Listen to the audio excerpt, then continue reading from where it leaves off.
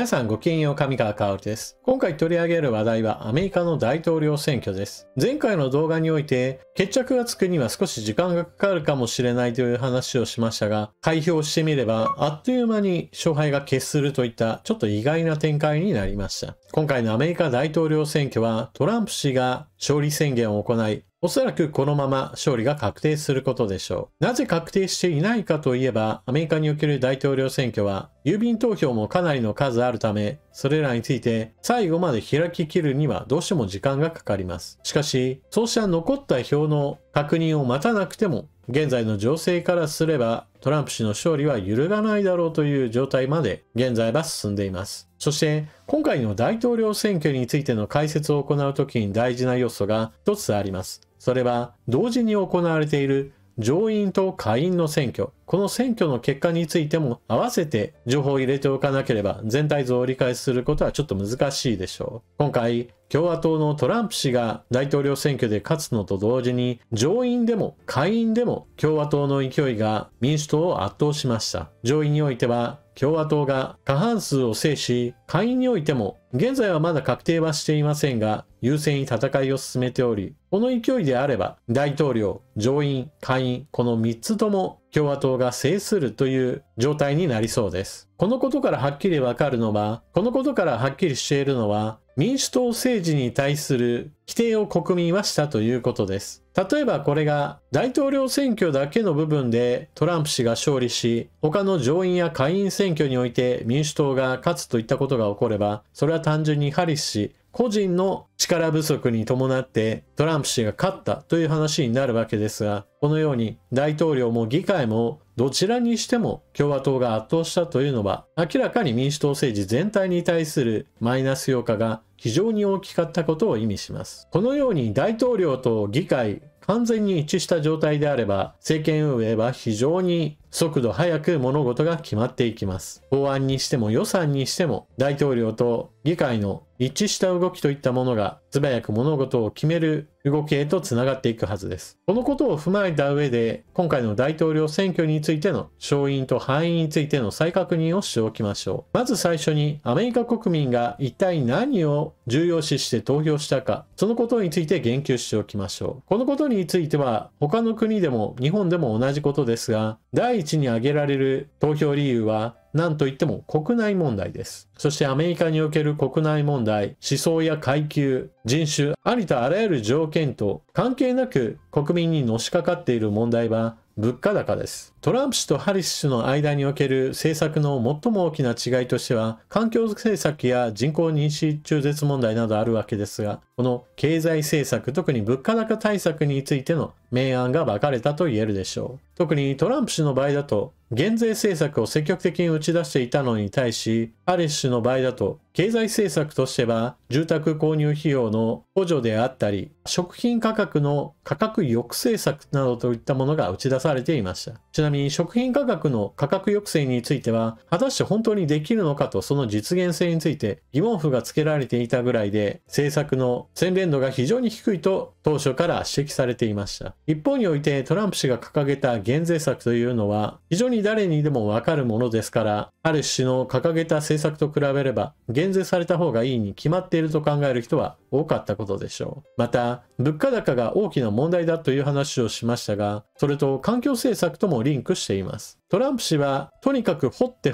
掘りまくれといった表現を使ってアメリカにおけるシェールオイル、シェールガスの採掘強化に言及していました。アメリカはエネルギー消費も多い国ですが、同時にその膨大な必要量を自分の国から算出することのできる国です。しかもトランプ大統領がこの開発に積極的にこれを後押しするというのであれば、輸出量についても上がっていくかもしれません。それはエネルギー価格の確実な下落へとつながることでしょう。ちなみにトランプ氏の掲げた減税は個人だけではなく企業に対する減税も打ち出していますから、その点でも減税に対するイメージ付けといったものはかなり浸透したはずです。そしてアメリカにおける国内問題の一つ、移民政策。この点についてトランプ氏は、ハリス氏が副大統領であるにもかかわらず、この問題を解決するには全く至っておらず、これから大統領をしたとしても、結局、不法移民流入を阻止することができないと断言していました。そして何よりハリス氏の場合だと、バイデン政権の副大統領ですから、バイデン政権の大きな問題であった、この物価高対策と移民対策ができていないといったこの2つの問題を丸々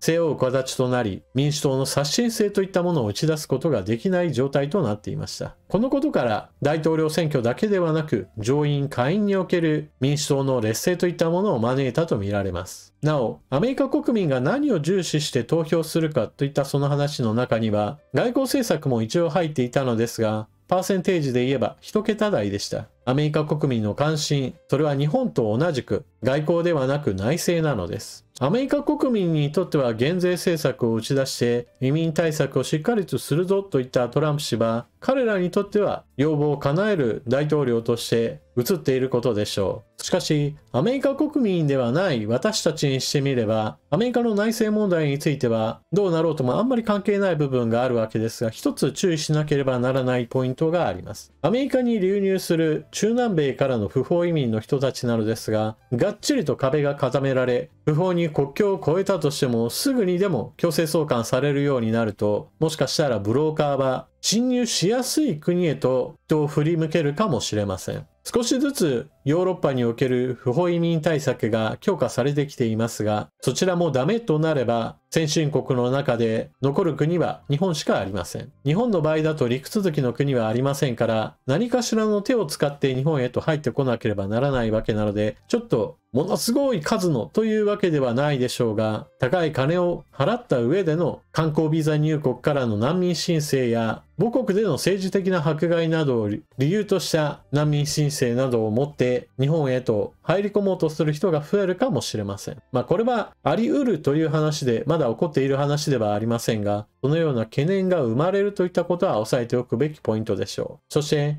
アメリカ国民にとってはあまり気にしないであろう国際情勢についての影響は、これは見逃すわけにはいきません。何しろ回り回って結局のところ日本は当事者にならざるを得ない場面というものが訪れるかもしれないからです。まず第一に台湾情勢についての話をしておきましょう。トランプ氏は中国に対する追加関税 60% といったものを事前に発表しています。これは経済的なダメージを狙うとともに、対中国政策を最も強力に進めるための最初の一手です。しかし、それだけでは基本的に戦争の要因となるわけではありません。問題なのはこの関税政策といったものをトランプ氏は過信していることです。例えば、中国がもしも台湾へ攻撃した際には、中国に対する関税は全品目に対してプラス 100% 程度、つまりほとんど貿易の基礎を崩すような強烈な制裁をかけるといった話をしていました。ここで問題なのは、果たして経済的な損得をもってして中国を止められるかどうかです。例えばウクライナに侵略したロシアの場合だと、自国民を多く犠牲にしている上に経済制裁もかけられていて、自国の得意としていた資源の大量輸出による莫大な資金調達といったことも阻害されています。今の国家運営、そして未来の国家運営にもこれは経済的に見ればマイナスばかりの話であり、侵略しない方がよほどロシアの国庫は潤い、またお金の使い方さえ間違えなければ他の国よりも豊かな生活を送ることができるでしょう。つまり経済的な合理性など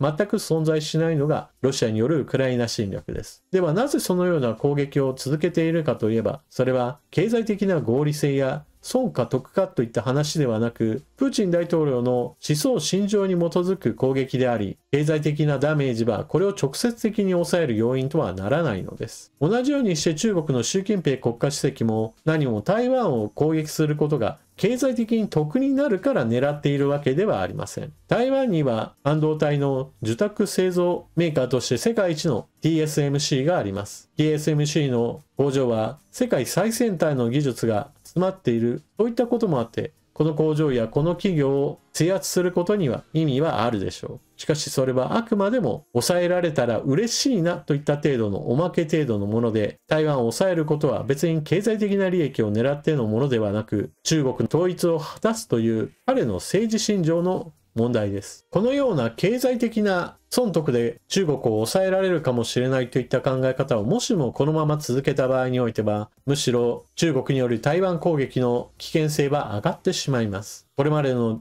アメリカの基本戦略としては、もしも中国が台湾に攻撃した場合においては、ありとあらゆる選択肢が取り得るといった話をする、いわゆる曖昧戦略を取ることがこれまでの基本でした。むしろ経済的な制裁をかけて、これを抑止するんだといった話をした方が、軍事的なオプションが抜けたのかなと中国を勘違いさせることであり、結構危険な状態を招くこととなります。そして中国による台湾攻撃による経済的な動乱のダメージは当然のように周辺国の一つである日本へと凄まじい勢いで襲ってくることとなります。そして中国のこうした動きを後押ししかねないのがウクライナ情勢に対するアメリカの影響です。トランプ大統領は大統領就任1日でロシアによるウクライナ侵略は終わらせることができると話していました。その具体策については現在のところ不明ですが、最悪のパターンとしてはウクライナに対する軍事支援を完全に途絶させ、それに伴ってウクライナに自分たちの言うことを聞かせる形でのロシアとのディール、取引を行うことです。ウクライナの考えがどうかといったことは一旦これを押さえつける形で頭ごなしにプーチン大統領との会談を行い戦争を終わらせるというわけです。この場合であれば例えば領土の大幅な割譲やウクライナ軍の上限規制などを設けるかもしれません。ただ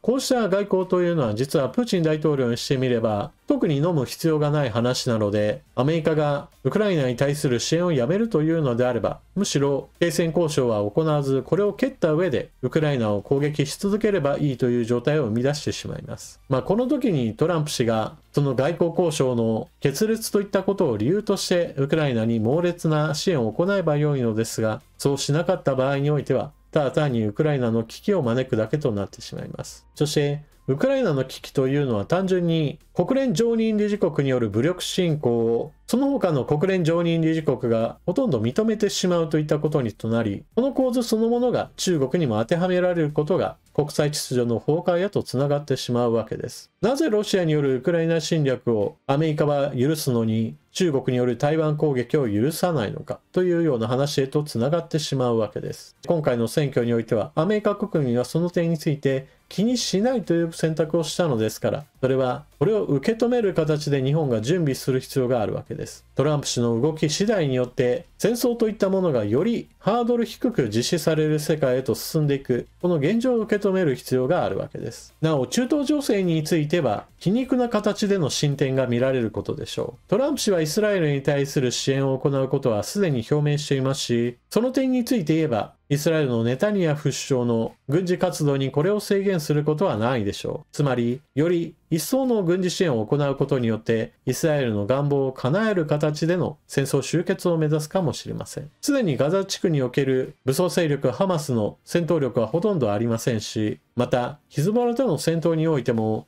アメリカの軍事支援が強化されればこれを抑え込むこともある程度可能でしょう。現状アメリカの強烈な支援を受けたイスラエルと真っ向から戦争をしたがる国といったものはないわけなので、イスラエル軍による周辺国への攻撃といったものが一通り進めば中東はある程度落ち着くかもしれません。ただしそこには凄まじい数の犠牲者が残ることとなります。なおこの話をすると必ずハマスによるイスラエル攻撃が問題であったことについて言及せよという話があります。もちろんそれはそうで、ハマスによる越境攻撃によってイスラエルでは多くの被害を受けました。ですから、イスラエルによるハマスに対する対テロ戦争そのものについては、これは正当防衛的な戦いであり、これを非難する行為といったものはそもそも存在しません。イスラエルがなぜ非難されているかといえば、対テロ戦争の口実を使って民間人が大量に殺害されていることが問題視されているわけです。問題の切り分けをしないとこの話はかなりの迷路に迷い込んでしまいます。というわけで、今回は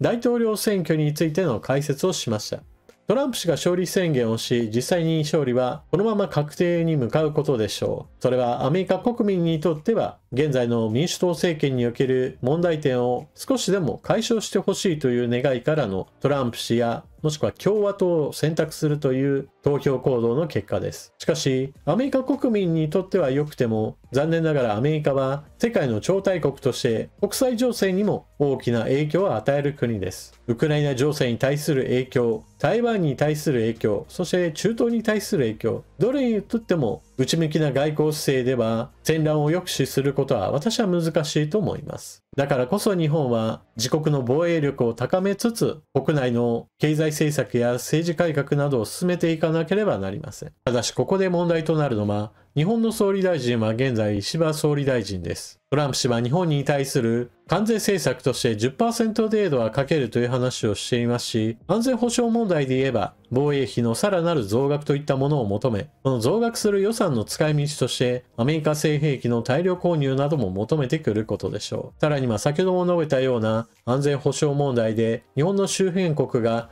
非常に危険な状態になることも考えられる中で、果たして石破総理大臣でまともに対応できるのかといった非常に大きな不安があります。というわけで今回の動画はここまで。最後までご視聴いただきありがとうございました。チャンネル登録していない方はぜひともこの機会にチャンネル登録よろしくお願いします。それでは次の動画でまたお目にかかりましょう。またね。